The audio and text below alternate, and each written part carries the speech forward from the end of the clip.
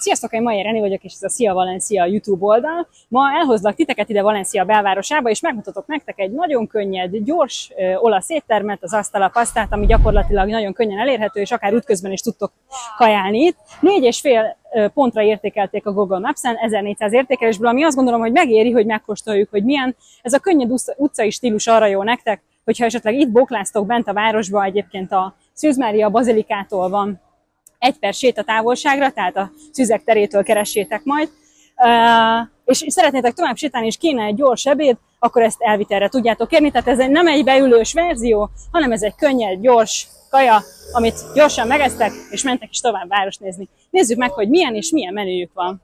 Amíg várom, hogy elkészüljön a tészta, annyit elárulok nektek erről a helyről, hogy 2020-ban nyitották pont a Covid idején, és egyébként olaszok csinálják. A lényege az, hogy kézzel készített házi tésztából készül az összes tésztájuk. Én most egy nagyon eredeti receptet, a bolonyait fogom megkóstolni, hogy tényleg ebből a mély olasz ízekből tudjak nektek meríteni és majd nyilatkozni. Na hát szerintem meglehetősen jól néz ki így első ránézésre, de jöjjön majd az ízteszt. Lesétáltam ide a Túriaparkba, mert elég közel van ehhez a Asztala Pastához, hogy megegyem a bolonyait, és jön már is az ízteszt, amiről beszéltem nektek. Kezdeném a jó dolgokkal. Először is szerintem az adag az önmagáért beszél. Szerintem szép kis adagban adják, ezzel nincs is semmi gond. A tészta az tényleg házi készítésű, friss tészta, úgyhogy ez is abszolút oké, és ízen is teljesen tökéletes. Ami dicsérendő, hogy parmezánsajtból nem fukarkodnak, és tényleg parmezánsajt, nem valami olcsó utánzat.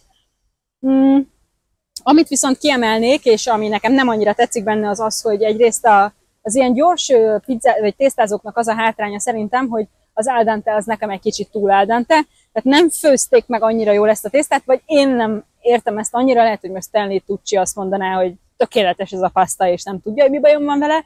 Nekem fölhetett volna még 1-2 percet nyugodtan, illetve a bolonyainak az íze, a bolonyai ragúnak az íze nem olyan mély, mint amit én megszoktam. Én azért szeretem pont ezt a ragút, mert hosszasan főzik, és egy ilyen igazi karakteres íze van. Mivel sokkal több a tészta, mint a ragú, ezért ez kevésbé érvényesül, ellenben a parmezán azért az kárpótolt. Tehát összességében egyébként tökéletes árértékarányban, tényleg házi olasz tésztát kaptok, a szószon is érződik, hogy ez nem egy ilyen üveges Maggi bolognese, úgyhogy jól össze van ez pattintva, meg rakva.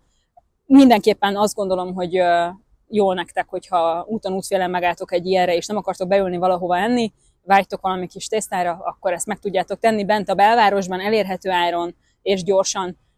6 percnél többet nem vártam rá, pedig sor volt, úgyhogy összességében, hogyha 10-es nálam egy jó tészta, akkor ez egy olyan 7-est megérdemel, ami azért szerintem nagyon jó, főleg egy ilyen kis helytől. Úgyhogy ha itt jártok Valenciába, bent a belvárosba sétáltok, megéheznétek valami olyanra, ami gyorsan elfogyasztható, és nem akartok beülni valahova, hanem mennétek tovább, akkor mindenképp Asztala Pastát javaslom nektek. A Szűz Mária bazilika mellett találhatjátok, úgyhogy továbbra is azt mondom nektek, hogy utazzatok, mert utazni a legjobb dolog. És most ebbe belevettem, hogy egyetek jókat, mert az a másik kedvencem. Na, ciao.